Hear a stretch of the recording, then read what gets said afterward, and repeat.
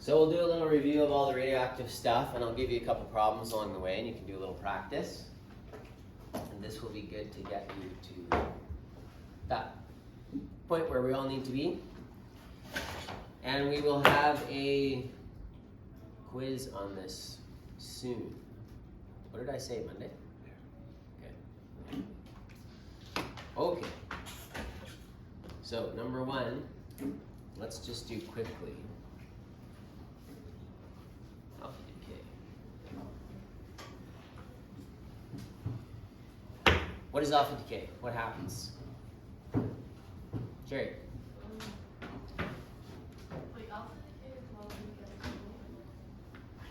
You get a helium nucleus, that's right. Yeah. How are we going to get a helium nucleus?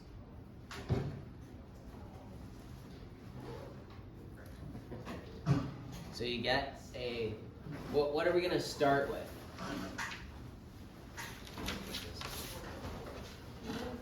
Let's do an example. Let's say we have,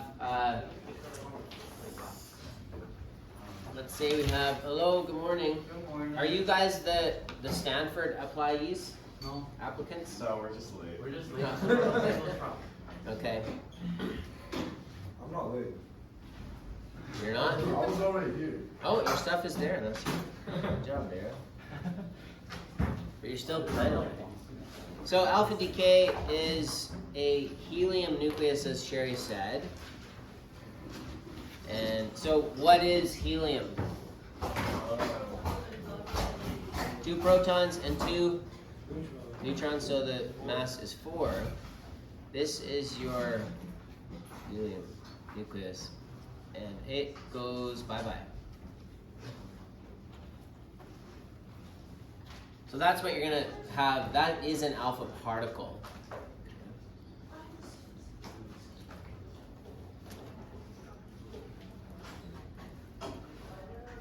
Is that helium nucleus. So let's do an example. Let's do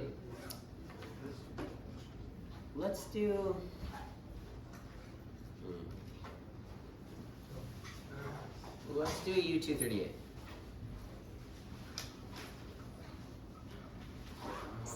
If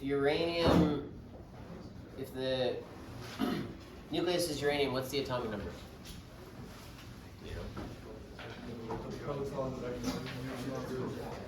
What number is it though? It's a special element, right? What's special about uranium? 92. Good. So it's very radioactive. Say that again. So it's very radioactive. It's very radioactive. Yeah, it depends on the mass as well. U-238 is slightly reactive, slightly radioactive. It's a big atom, and sometimes it falls apart, basically. So if we have an alpha decay, bless you, twice. What's special about uranium is that it is the largest naturally occurring element. You don't find in nature anything bigger than uranium. Really. So,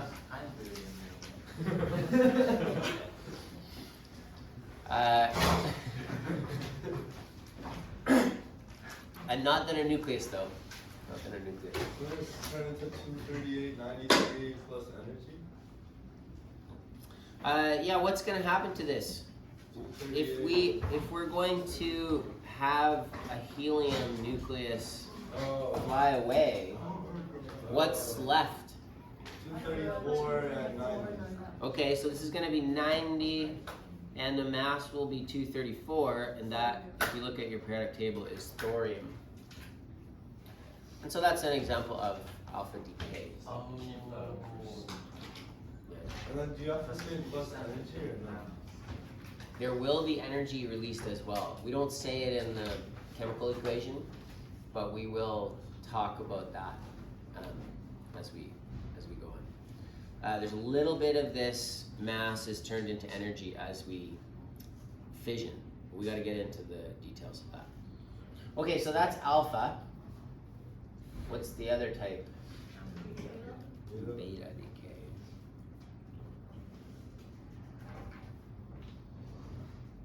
say this.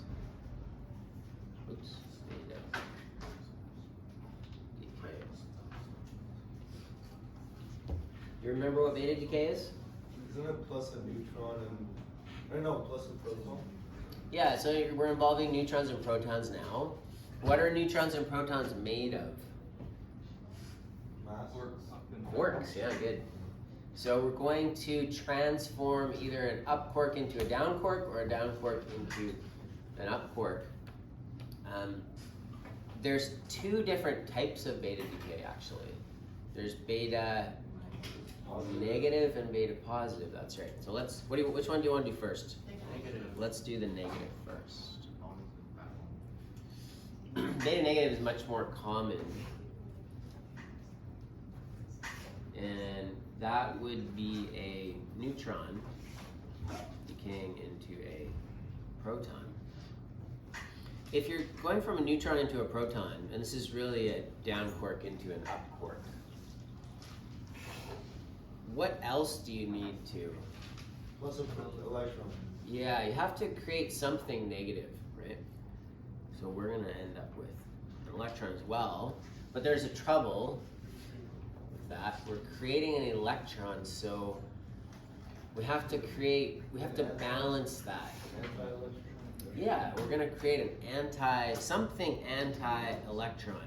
Now, we don't have the mass, we can't just create a positron because we don't have the mass for that. So we're gonna create something really small, which is an anti-electron neutrino. So it's not an electron, it's not an anti-electron, but it's a neutrino with electron flavor. What's the line? The line means that it's antimatter. So this is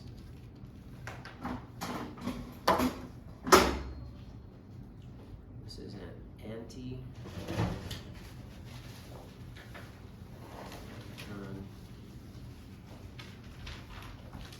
neutrino. And we'll learn a bunch more about those things. It's a piece of antimatter, so it propagates through time backwards, and it's very small because it's a neutrino, and it has no charge because it's a neutrino.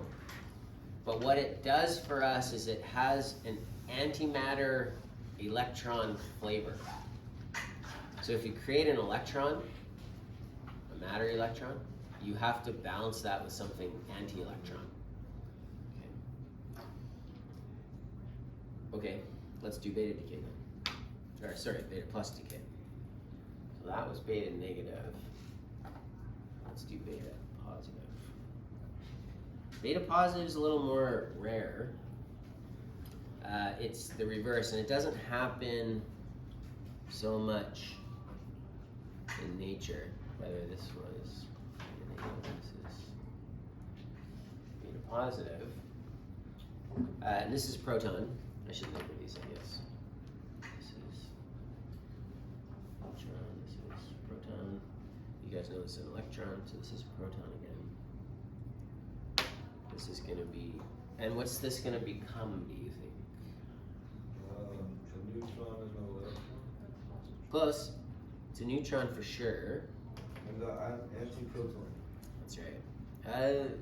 Anti-electron. So we start off with, of course, a positive charge, right? We have to conserve our charge. So we're going to have something that's positive here. This is a weird particle. This is called a positron.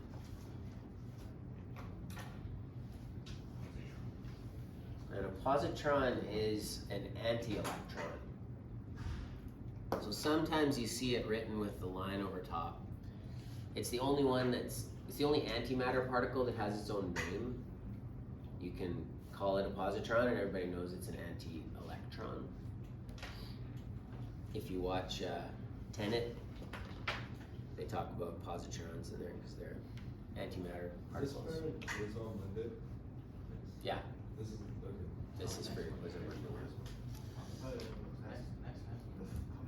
this Monday. I think I said Monday. We have we've balanced our charge now. What else do we have to balance? The lepton number we gotta balance. So we've created an anti-electron. So what do we have to create with it? Yeah. So this time it's E plus? yeah. So E plus has anti-electron flavor. So we need to create an electron flavor. So this is not antimatter this time. This is regular matter. But it's small and it's neutral charge. So it all fits Does it together. need a line? No, this one does not need a line. So this is matter, not antimatter. So this is just an electron neutrino. Neutron flavored neutrino. Okay.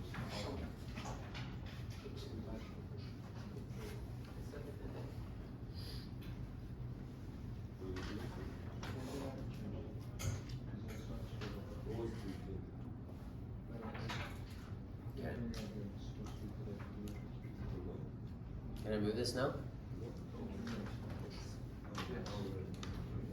I'm going to give you two examples.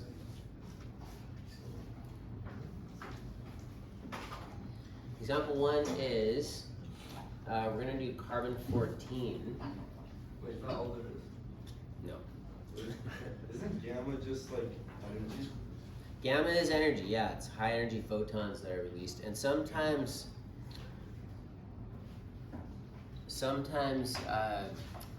gamma rays go along with beta decay because there's too much energy, and so you pop out a photon as well.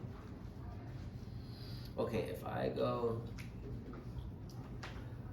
like this,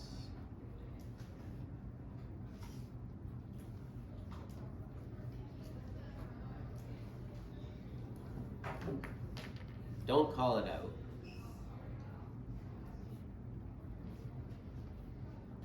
What type of decay is this?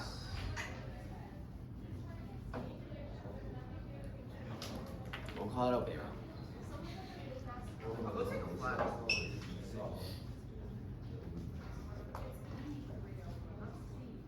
Oops.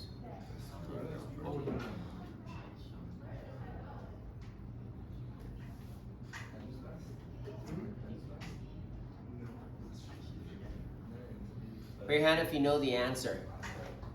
Sherry, what's the answer? Good. This is beta negative decay. How did you know? Yeah, right. So that's beta negative. Carry out this formula with beta positive. This is an actual beta positive decay. Sorry for the scribble here. If you have carbon 11, which is a rare. So wait, top numbers, protons, bottom numbers, no. I'm glad you asked that question for us. Neutrons plus protons. That's protons. And what's the 11? Neutrons plus protons. Yeah. Oh, so that, okay, so This is kind of the atomic mass number, so this is. the 12 C6 plus E positive plus B negative. Yeah, you have neutrons. So finish that one out if you can.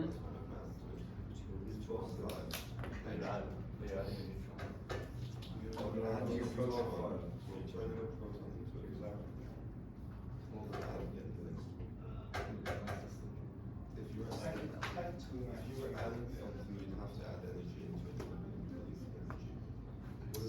Is our mass going to change? Yes. On a very microscopic level. Oh well, yeah, that's true. That's true. On a very small level. But is the 11 going to change? No, the 11 is going to stay the same. So what are we changing? What are we losing? We're going to lose a proton, right? So Victoria, what's going to happen to this 6? It's going to go down by 1. Good. So this is going to be a 5. Anybody know what number 5 element is? Good. This is boron. Thank you, Dinger. So you're going to end up with boron, but we can't just leave it at that. Plus What are we gonna?